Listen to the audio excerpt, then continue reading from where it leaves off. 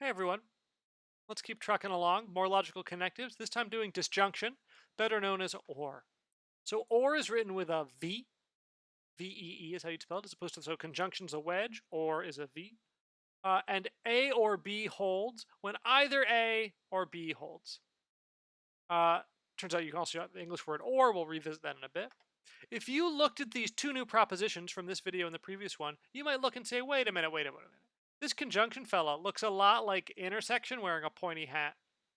And this disjunction fella looks a lot like union wearing pointy shoes. And if you said that, I'd say you're right. Conjunction and disjunction relate really in pretty much the same way that injunction and intersection and union relate to each other. It's a great observation. Let's see how it works. So the OR that we prove, this disjunction, the OR for propositions, is inclusive. To show A or B, you need either A or B to hold. They might both hold, who knows, right? We'll find out. But a proof only needs one of them. So here's an example. For any propositions A and B, if A holds, then A or B holds. What does this look like? Let's take a look at the proof. So we know A and B are propositions. We know we have a proof, HA of A. And we need to show A or B.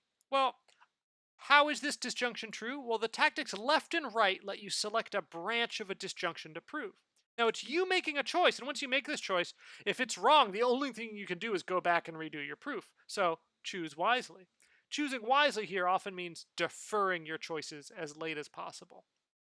So here, left looks like the right choice. We know A holds. We can choose to prove either A on the left or B on the right. Hang a left. So the tactic there is left, and what that'll do is just it'll winnow down your choices. Say, oh, you needed to prove A or B, but you've elected to prove only A. Okay, no worries. How are you going to prove A? And we'll say, well, we have this hypothesis HA that covers our basis. And then Cock looks at that and says, oh, you're right, you do. No more subgoals. Then we say QED, booyah, and feel good about ourselves.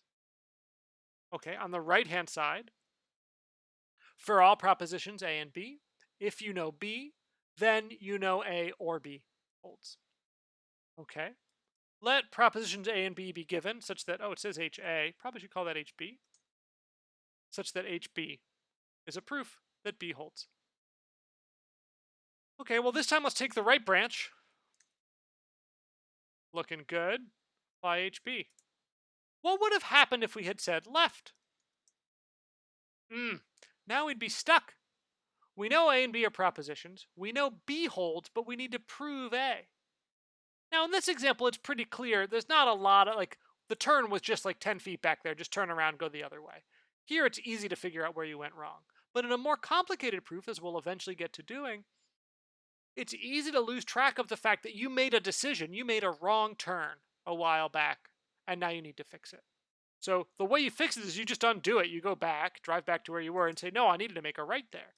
And then you do it. Okay, so the English word or is a synonym for disjunction. So for example, if I ask Cock to print out or 1 equals 1, 2 equals 0, it'll actually even render it with the nice pointy V. I want to stress the inclusivity of this or, right? In natural language, or often is interpreted exclusively. If a menu says your entree comes with a soup or a salad, and you say, well, I'd like both, please, they're going to charge you extra. They mean that as an exclusive or. Your entree comes with either a soup or a salad, just one. Math, formal or, is meant inclusively. Now, it might be the case that only one side is ever true, or it could be the case that both are true and there's just more than one proof. So here's a true proposition, a proposition that holds, if I'm going to be more careful. 2 equals 2 or 4 equals 4. I am not wrong, right?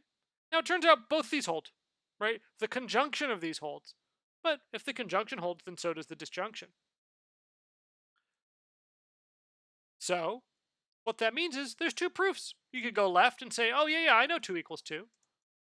Or you could go right and say, oh, yeah, I know 4 equals 4. Both of these prove the same proposition, but they're different proofs. That's okay. All right. At the end of this section, you've got your own little exercise, again related to modus ponens.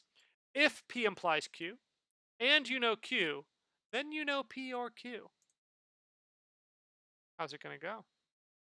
Left or right? What's it going to be? Okay, good luck. We have one more definition I want to give, and then we'll start doing some moderately more interesting proofs and learn a couple more tactics. See y'all soon.